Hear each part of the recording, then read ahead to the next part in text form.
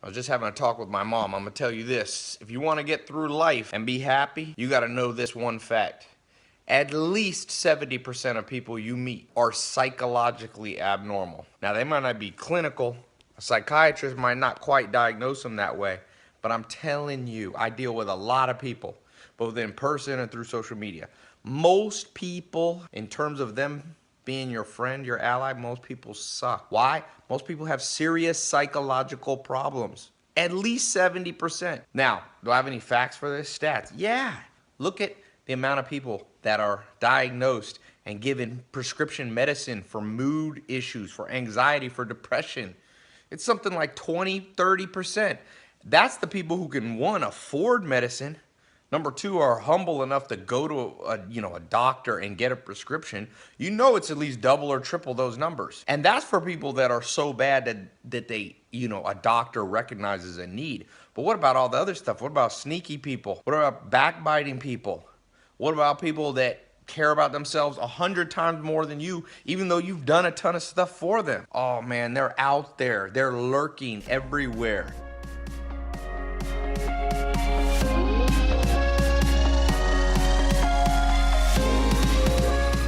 What is the number one secret to life? I'm here with my lawyer, Zach. He says he has the answers. He's been to over 400, well, a little under 400. Zach, there's only 190 countries in the world. Anyway, besides that, he's met with over 18 gurus. He spent $1 million, all this to find this one answer. He's gonna reveal it to us right now. The question is, are you ready for it? Zach, why are you wearing a sweater at the beach? It's hot. I'm a ginger.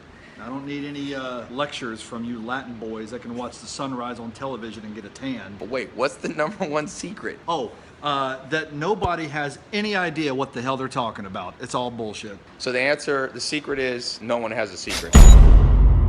When I was in junior high, I ran from some gang guys, almost got killed, and ran into that liquor store. And that's why I'm alive to this day. I had a friend named Shy Boy. He was in a gang. Shy Boy, damn. He was like a kid like Mike Tyson. He said he was like 14, but he looked like he was 24. And this is the exact story. We were on a school bus, and some gangbangers came by, and he threw out a gang sign to them, and you ever seen that movie that just came out? Yeah, they did the same thing. They stopped the damn bus and got on our bus and said, you come off here. And me and him got off. I don't know why the hell I got off. He was Eastside Pyru. I remember it was a gang sign like this. They wore green. He came out, and it was 4 adult men, and me and him. Adults. Yeah, they were grown men, but Shy Boy literally looked like an adult. So he's like, it's not fair, it's 4 of you. And they're like, okay, just me and you. And the one dude had brass knuckles, and he hit him in the eye, my friend. And my friend's eye, it got so big. I mean, like this. I was like, and then we ran into that into that place, and they didn't run in. It was like a Korean guy in there, like, what you doing? Sorry, that did sound a little racist, but that's not. And that's how we got out of that. Thank God they didn't go after me. Shy Boy was probably like 18 and still in middle school. I think he wasn't doing too well academically. There's 3 main things you need to look for if you're using the dark triad. Number 1, you gotta look for narcissism. Number 2, Machiavellianism. Number 3, them being psychotic. Number 1, narcissistic person, that's the easiest to understand. This is somebody who loves themselves more than anyone else. The interesting thing about someone who's narcissistic, usually, believe it or not, deep down they have low self-esteem. Now here's the interesting thing. They're in love with the image, but not actually in love with themselves. They're not that secure of a person. They're narcissistic, so they want to project an image of them being bigger and better than they are. They're all exploitative. That means they want to take advantage of you. They want you to give, and them not have to give anything back to you. That's what they want. The second is Machiavellian. So scientists have named Machiavellianism as somebody who is manipulative, right? So to your face, they're gonna be like, oh yeah. But as soon as you turn your back, boy, they're out to get you. Machiavellian people, oftentimes, sadly, it comes from a place of them being bullied as a child. There was a girl that I know that is so beautiful. One of the most beautiful girls, for sure in California and maybe in the world. And she's so Machiavellian. And I just finally asked her one time, I said, were you bullied? And she's like, yeah, I was ugly. Like a lot of women who become beautiful as they age, When she was like 12, she was awkward and not that pretty. And boy, it leaves serious psychological scars. And you can feel bad for the people, but you still better be careful of them, because until they fix that, and it's not that easy to fix, because your brain, once you hit age 25, your brain pretty much solidifies. So you meet somebody with that exploitative kiss butt and then behind your back stab you, you just got to get away from them. Let the experts deal with them. It's not your place to save everybody. Man, that thing shakes your head. Whoa. Oh my God. It is. It's insane. I don't know about that one. This is styrofoam. Is this styrofoam, Zach? You can feel the ball there, and you have to kind of balance. You got to balance the balls. Yeah, it's really cool. Yeah. I got to balance my balls here. My balls are officially balanced.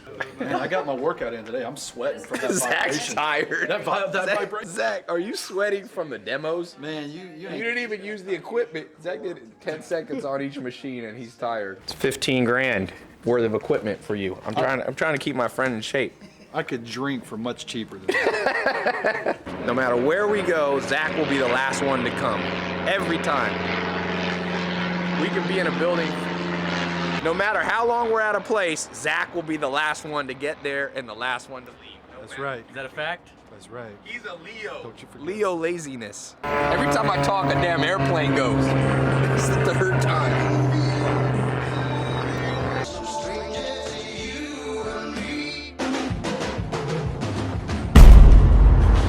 We're in San Diego. When I grew up around here, I got in trouble for stealing. Literally, that place is still there. Jimbo's. I stole a lollipop or something.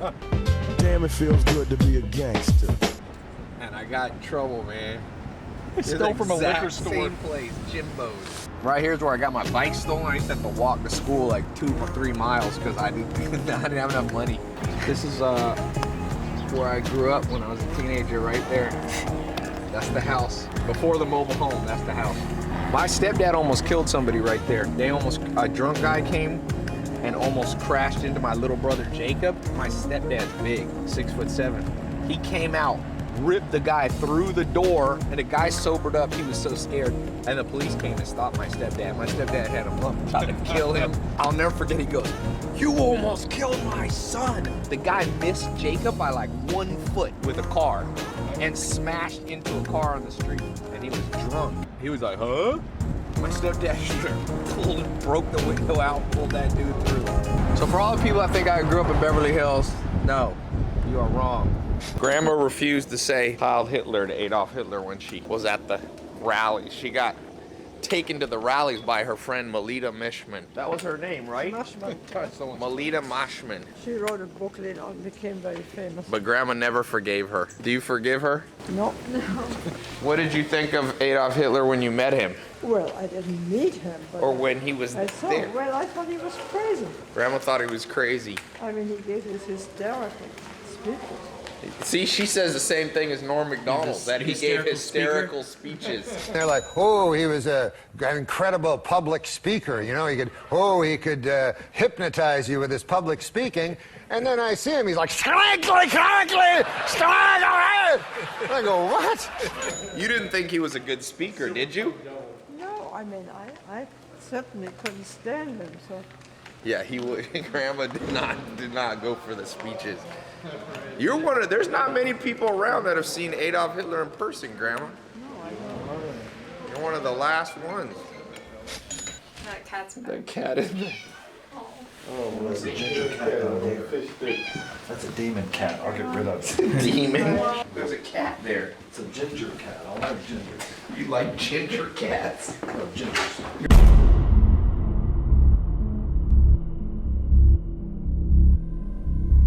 This is pretty cool here.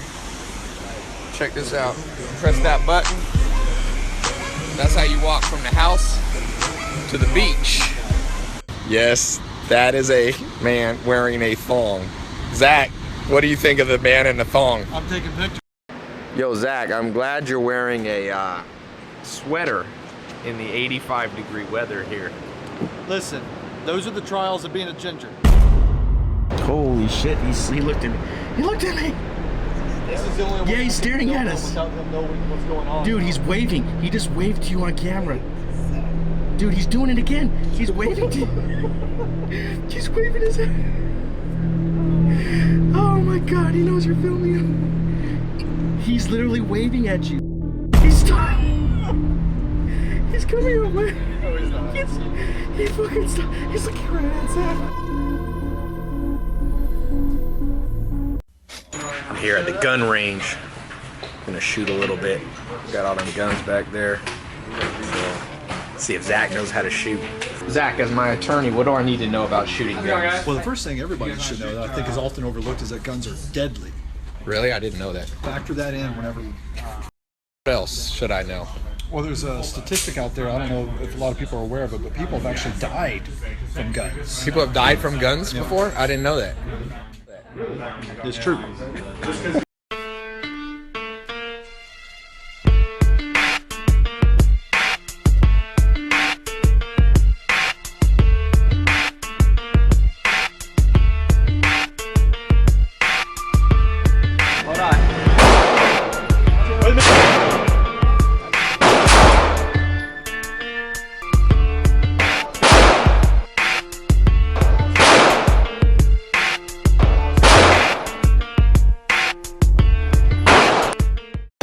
Dana's first shot hit right between the guy's nose. Look at that shot. Nice out today. You ready? Ready? We're ready. Got these on today.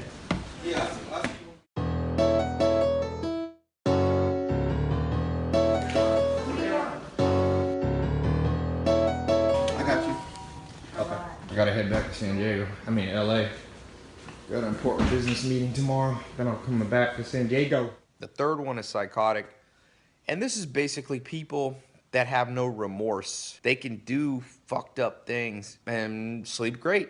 Now, interesting thing, if you look, and you can Google this, the occupations that attract psychotic people, guess what they are? Lawyers, journalists. We saw, no matter which side you're on, Donald Trump or Hillary Clinton in the last election, it came to the light that there's a lot of messed up people in journalism. Not all of them. There's some great journalists that are doing the right thing. But a lot of people there's a lot of psychos. They're literally people willing to lie to advance their own cause, and they can do it without any sympathy for the person that they're lying about. Obviously, people think of murderers, and that's part of it, but you probably know someone who's a psycho. CEOs, a lot of entrepreneurs. You know, I don't always, people watch my social media and they're like, Ty, it's not all about entrepreneurialism. You know, there's other people that are just doing straight business advice. I'm like, I know, but a lot of entrepreneurs are psychos. I don't like to be around them. Another example of this, CEOs of big companies. You see Enron, you see all these big scandals. Don't be surprised. There's a test online you can Google. There's a few different ones, dark triad. When you meet somebody that you're going to have a lot of contact with, a business partner, an investor, make them take that test no matter what you do.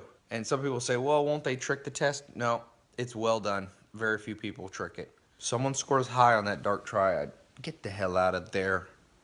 You ain't a savior of the world. Yeah, just a thought. So save your life, boy. Especially in dating. Get away from these dark triad people.